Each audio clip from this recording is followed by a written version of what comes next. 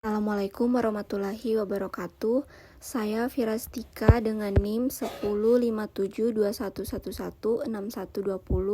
dari kelas M20E. Video ini saya buat guna memenuhi tugas final mata kuliah akuntansi manajemen. Adapun materi saya dalam video ini yaitu Total Quality Management.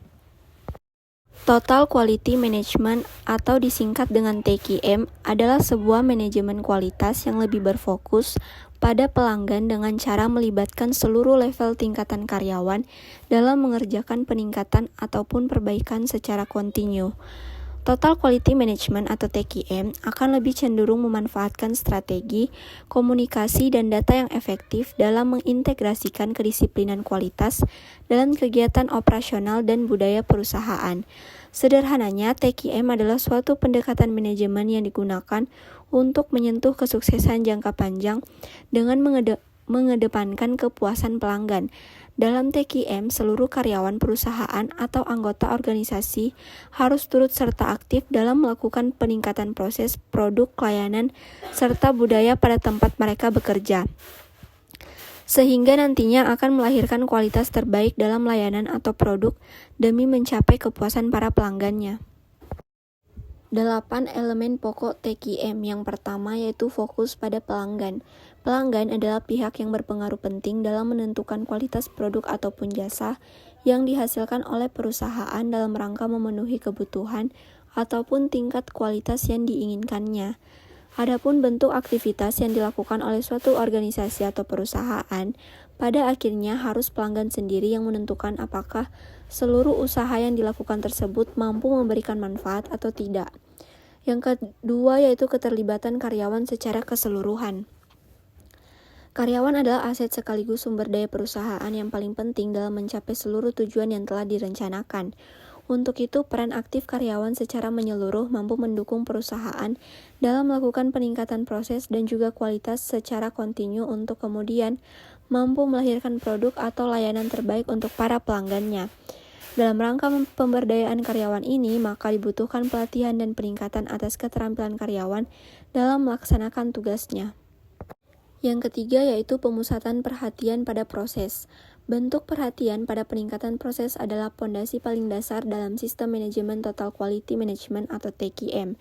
Dalam hal ini, proses adalah serangkaian langkah yang diawali dari penerimaan input dari pihak supplier dan mengubahnya menjadi output yang akan dikirimkan pada para pelanggannya. Yang keempat, sistem yang terintegrasi. Walaupun ada banyak sekali kemampuan dan ruang lingkup kerja pada suatu perusahaan yang membentuk departementalisasi secara horizontal ataupun vertikal, namun seluruhnya diperlukan suatu sistem yang terintegrasi secara baik agar visi, misi, strategi, kebijakan, dan tujuan perusahaan bisa disalurkan dengan baik dan jelas pada seluruh karyawan. Yang kelima yaitu pendekatan strategi dan sistematik. Pendekatan strategi dan sistematik adalah salah satu bagian yang penting dalam Total Quality Management atau TQM dalam mencapai seluruh visi, misi, dan tujuan perusahaan.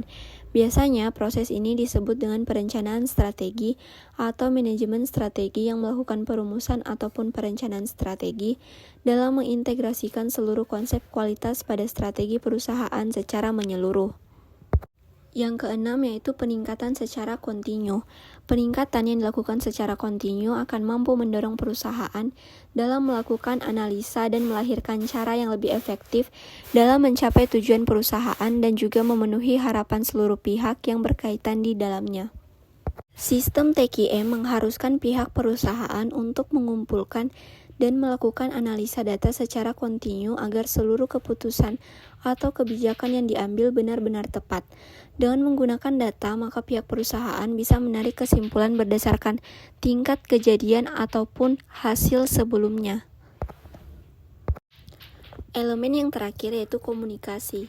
Dalam kegiatan sehari-hari perusahaan pasti akan mengalami adanya perubahan, baik itu dalam hal strategi, kebijakan, jadwal, ataupun cara pelaksanaannya. Perubahan ini harus dibicarakan dengan baik pada seluruh karyawan yang berkepentingan. Komunikasi atau pembicaraan yang baik juga akan melahirkan semangat kerja dan motivasi karyawan dalam mencapai tujuan utama perusahaan. Keuntungan implementasi TQM yang pertama adalah penghematan biaya. Yang kedua, kepuasan pelanggan. Yang ketiga, mengurangi cacat. Keempat, peningkatan moral karyawan. Yang kelima, membuat perusahaan kuat menghadapi kompetisi.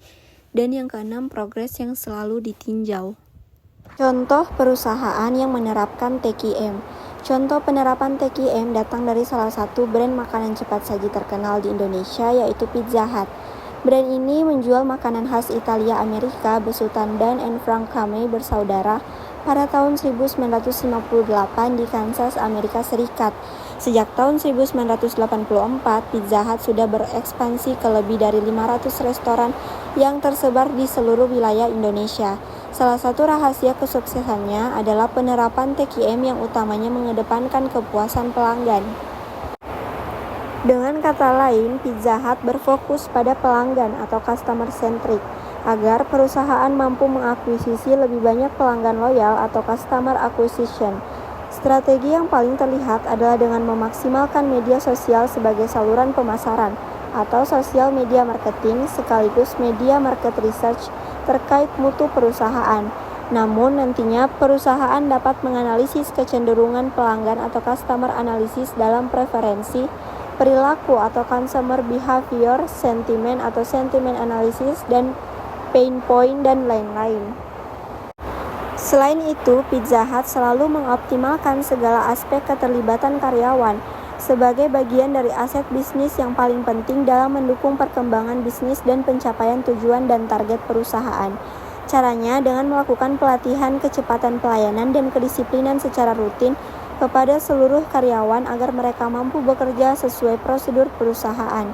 Dan uniknya, Pizza Hut juga meningkatkan mutu perusahaan dengan mengumpulkan atau data mining dan menganalisis data dalam jumlah besar atau big data untuk pengambilan segala keputusan bisnis atau decision making yang sesuai dengan fakta lapangan.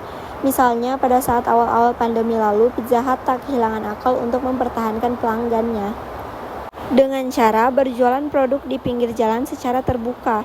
Tujuannya adalah agar pelanggan tetap bisa menikmati produknya tanpa harus datang dan makan di dalam restoran. Adapun kesimpulan dari materi TQM adalah TQM mampu melahirkan keuntungan baik yang berwujud ataupun tidak berwujud.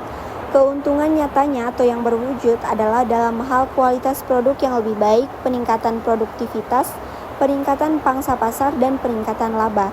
Adapun keuntungan tidak berwujud adalah kerja tim yang efektif, peningkatan minat kerja, budaya partisipatif, kepuasan pelanggan, peningkatan hubungan manusia, peningkatan komunikasi, serta mampu membangun citra perusahaan yang lebih baik lagi. Baik, sekian video pemaparan materi dari saya. Mohon maaf bila ada salah-salah kata. Wabillahi taufiq wal hidayah. Wassalamualaikum warahmatullahi wabarakatuh.